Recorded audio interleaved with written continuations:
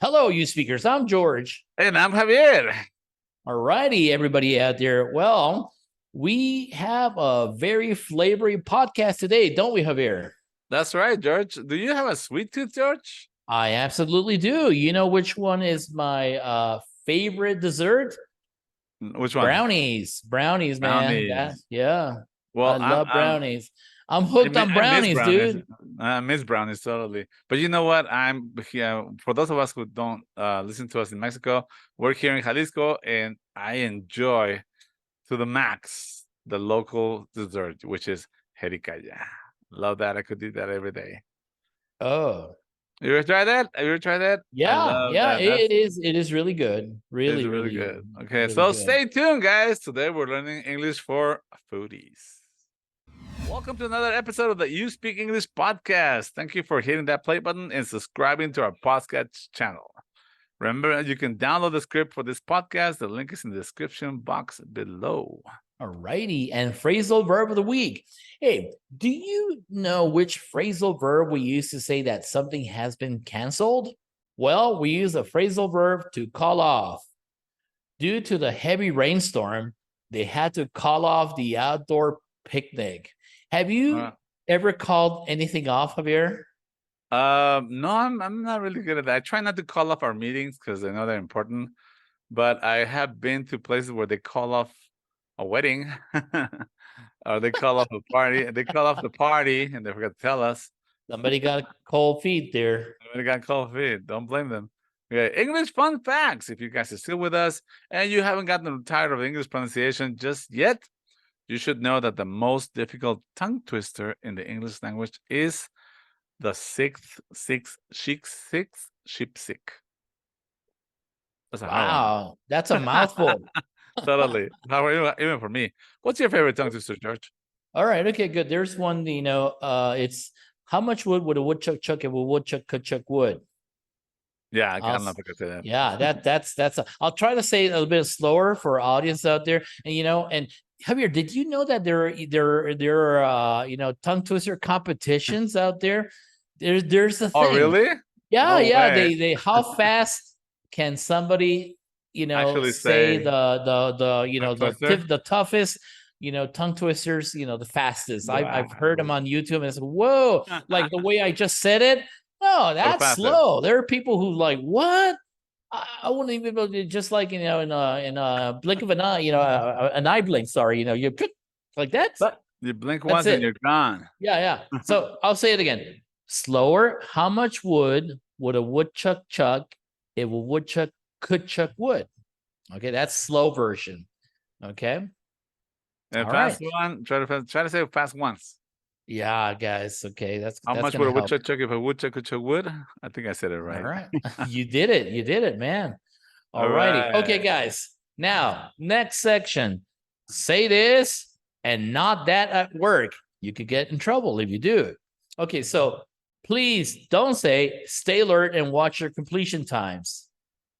Please say, please keep your eye on the ball. I remember one time, Javier, that a boss, your boss too, once told me. Our boss? Wow. Our boss, many years ago, okay, he would say, Mr. Gardea, all right, keep your eye on the ball. Keep your eye on the ball. Get on the ball. Get on the ball. Because these like get on the ball too. Sports analogies are so common, aren't they, George, in business? Like get on the ball. Hey, we're gonna have the kickoff of the meeting next week. Ballpark figure. Give me a ballpark figure. Yeah. Yeah. Hey, you really hit it out of the ballpark with that new project, hey, George? Yep, totally. That's one of the things, that is a challenge for students, learners of English, is learning all of these idioms that have so much to do with sports, analogies with sports. Yeah. Exactly. So yeah. Isn't it funny? But they're really, really common. And if you don't know them, please look at our back podcast so you can keep up and have a hook, line, and sinker. Yeah. So, okay, to the main topic. Today, we're diving into the huge world of food. Today, we brought 4 different sections to boost your English skills. So let's get started. Food. Oh my God, Javier, I haven't had lunch yet. So this is really gonna, prepare me for that. It's gonna, We're gonna get hungry. yeah, I'm already getting hungry there. Okay, so before we dive into the tasty details, let's expand your English vocabulary. Our word for today is cuisine. It refers to a specific style or method of cooking, often associated with a particular culture. So when you hear about Italian cuisine, you're talking about those delicious dishes from Italy. Now, a fun fact, I know it's not included here today, but fun fact, probably is not even fun. It's just a fact that the words is French. Okay, it's it's originally from a French word, and for them, cuisine just also means kitchen. Right. Similar to Spanish, right? Cocina. So, all right, now it's time for an interactive practice. I will prompt you, and you will answer. Remember to use the new word. Please leave a comment with your answer in the comment section. Okay, so this is the prompt, guys. Talk for a minute about what kind of cuisine you enjoy most and why. Talk about the origins, where you tasted it for the first time, and what's your favorite dish. Say whether you recommend it and why you recommend it. Okay, so this, guys, you can write it, you can record yourself, and please feel free to share it with us. Okay, so I'll give you an example of something that that goes along the way. Javier, I have a mouth-watering story to share with you. All right. It's a tale of culinary adventure. Some time ago, I would say a long time ago, I went to Puebla in Mexico. So I wanted to taste the famous mole.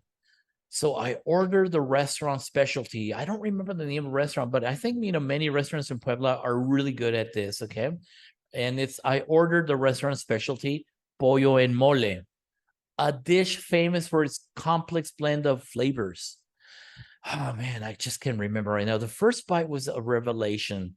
The rich, velvety mole sauce enveloped the tender chicken, and each mouthful was a symphony of taste: spicy, sweet, savory, and smoky. Okay. And let me tell you, Javier, I was not disappointed. Till this day, I haven't tasted such a delicious mole anywhere else. Now it's one of my favorite dishes, and I love this cuisine. Especially from Mexican one, and especially from Puebla. And I highly recommend it. If you guys are into Mexican food, which I think you all are. Yes, we are. Yeah. Okay. It's I'm gonna might get in trouble by saying this, but I think it's the best food in the world. Italian too. Italian too, but all right, Italian too. Don't push all right. it. Yeah. Okay, guys. So after Good I said one. this, this what I just said, this experience I just shared with you is just an example. Feel free to explore how you would talk about your experience about that time you had a delicious dish, and remember, talk to us about it. Send us you can write it, you can record it, and share it with us. All right, Good Javier. one. New expression, guys. Advanced expressions, or rather yet, a new section. Advanced expressions. Time for an advanced expression to spice up your English skill. Have you ever heard of the term farm fresh? It means that the ingredients come directly from the farm and are incredibly fresh. For example, this restaurant is known for its farm fresh ingredients in every dish. Incorporate this phrase into your 3, 2, 1. Incorporate this phrase into your conversation and you'll sound like a pro. Let's have an interactive section. Ready? I will prompt you and you will answer. Please leave a comment in the comment sections, just like George mentioned a little while ago. Here's the prompt. Write or talk for 1 minute about the upside or benefits of farm fresh food, and list the benefits and talk about the taste and the effects of your health. If you haven't tried farm fresh food, talk about the limitations that prevent you from eating it. Perhaps talk about your location or economic situations. Yet, farm fresh tends to be a little bit more expensive. Have you heard of free-range chicken, George? Yes. Yeah. Do you understand the Aren't concept? those supposed to be the happy ones? Yeah, the ones that can run around freely and they're happier until we kill them. Why are we killing them when they're happy? I don't know. But okay. Yeah, I But mean, so supposedly, Javier, any living creature that's enclosed, in an area, specifically gated or fenced, they're supposed to be happy. I don't know about that. They probably are All not. right. Okay. I mean, they call them happy, so Okay. you know why I'm asking you, right? Right. But Why? don't go there. Don't go there. It's slang time, George. All right, Javier. So now Javier's the one that's controlling me. No, don't go there. Big brothers, Dangerous, dangerous. big brothers listening. Yeah, then Javier, George, you want to get canceled or what? Mr. Good. All right. For all of you out there trying to wonder what are these guys talking about, just remember, is anybody behind bars happy? Okay. All right. That's the question. Unless Okay. there's chocolate bars, yeah. Chocolate bars. All right, guys. Slang time. Ready for some fun slang? Next time you need a caffeine fix, try saying a cup of Joe instead of coffee. It's a casual way to talk about your favorite morning beverage. For example, I can't start my day without a good cup of Joe. All right. So next time you go to your coffee shop, you know what to say. A cup of Joe, like Joe means like the coffee? Yeah, Coffee's like Joe. Yeah, like Jose in English, right? A cup of Jose. So they'll probably Joe. pull out the guy from the bag. Hey, Jose, they want you down here. Okay. They need your cup. Yeah, a cup of Joe. Wait, don't go there either. Okay. Yeah, he'll probably say no way, Jose. Okay. All right. Okay, man. Idiom Go ahead. Corner. Let's explore a food-related idiom today. Have you heard of the icing on the cake? It means that.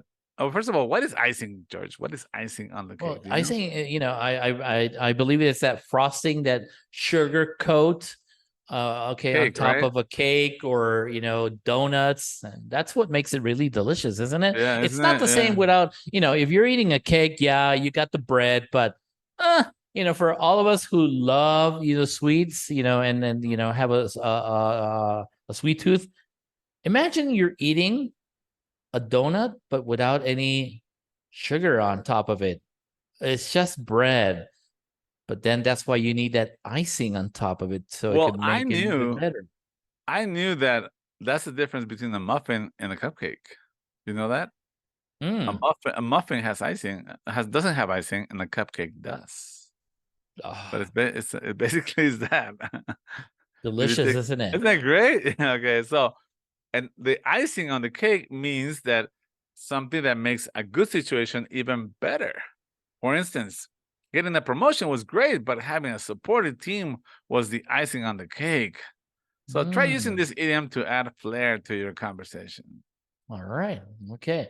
So, sadly, this brings us to the end of our episode. So pro tip, guys, as a tip, test your knowledge of food items by going shopping and translating in your head how to say everything you come across. If you don't know it, then jot it down and look it up. I actually did that with my kids, when they were growing up. I would ask them, how do you say this in English? How do you say that in English? Oh, and if we don't know it, then we'll look it up. Did you? All right. Yep. Yeah, totally. It's always practice. Practice is king. And I think, that's the word that we've said for over 70 something or more than episodes. How many episodes? Like we have more than 80 now, right, Javier? Episodes. We're in the 80 something. Yeah, we're into 80 something right now. And I think that's the word you always hear us say, right? Practice. But it is the truth. It's the only way. This is the way. This is the way. This is the way. Okay, guys. And you're looking around, right? Where is he? Which way? Is it like maybe a One Direction way? Okay, this is it for today, guys. Thank you for all your audience out there. And remember to subscribe to our channel. If you like this podcast, please share it with all your friends. And even if they're not your friends, share it. You should also check our YouTube channel, where you can get this podcast video version, of course. You're more than welcome to comment on our videos. You can also visit our website at www.uspk.com.mx, where you will find articles about English practice and learning. Please consider following us on social media. We're everywhere at USPK English, except for X and Threads. And X, if you don't remember that was Twitter before. Oh, Twitter. Yeah, Twitter. And remember, perfect practice makes perfect. All All right. right, guys. Until next time. See you then. See you then.